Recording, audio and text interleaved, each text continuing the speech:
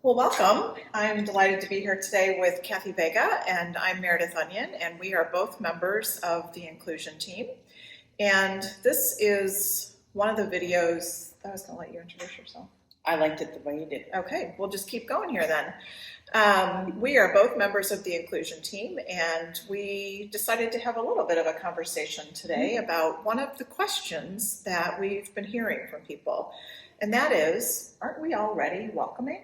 And why are we doing this? And the short answer to that is that by going through this process, it means that we have entered into education and learning. And, we all have opportunities to hear and learn new things. And so that's part of the reason that we decided to put this inclusion team together. Yeah, I agree. And in many ways, our church is already welcoming, and that is truly wonderful. However, welcoming can be kind of a complex idea.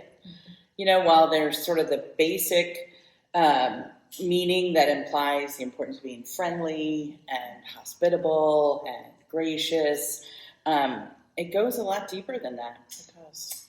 Welcoming usually or can involve learning and sharing and making people feel safe. Mm-hmm. And this applies to the people who have similar life experiences to us and those whose lived experience may be different.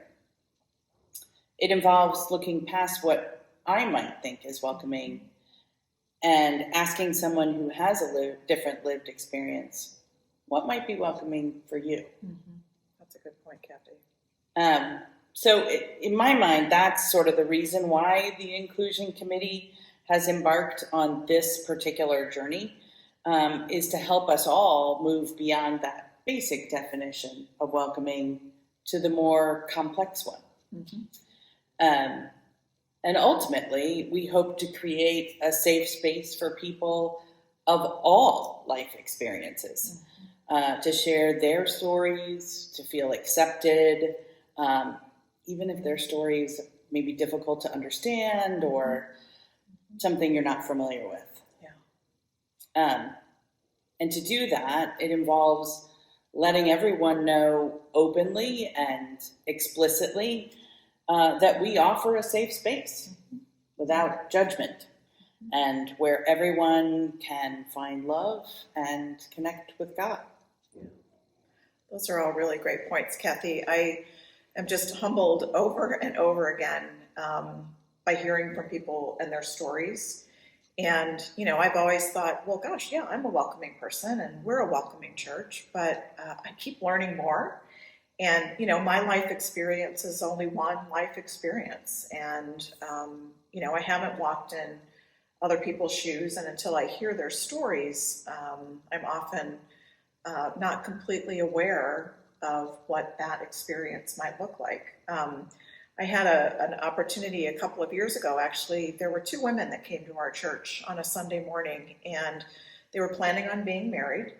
And they didn't think there was a church that would marry them because their home church wouldn't marry them. Mm. And they came visiting wondering what that welcome statement on our website meant. And so I happened to talk to them after worship, and they told me their story. And I said, well, we would marry you and be happy to do that. And they felt welcomed. And I was feeling very proud of ourselves for being that kind of welcome. But I learned something in meeting with them. Both of these women had been married previously, but they had been married to men. And during our premarital counseling, I said to each of them, I said, well, when did you discover that you were both gay? And they both looked at me and they were like, what are you talking about? And I said, well, you were married to men, but now you're marrying, each other. And they said, oh, we're bisexual. And, until they had said that, I had this framework of gay or lesbian and bisexual at that point in my life was not something that was really on my radar or something that I was really sensitive to. So they taught me a really meaningful lesson at that point. And it was a great wedding and it was fun. And we've stayed in touch ever since. But it was really meaningful for me to learn something from them in a they were very kind about my lack of knowledge, thankfully. But I can be more welcoming in the future now that I've had that experience. Yeah. Yeah, that's great. That's a great story. Yeah.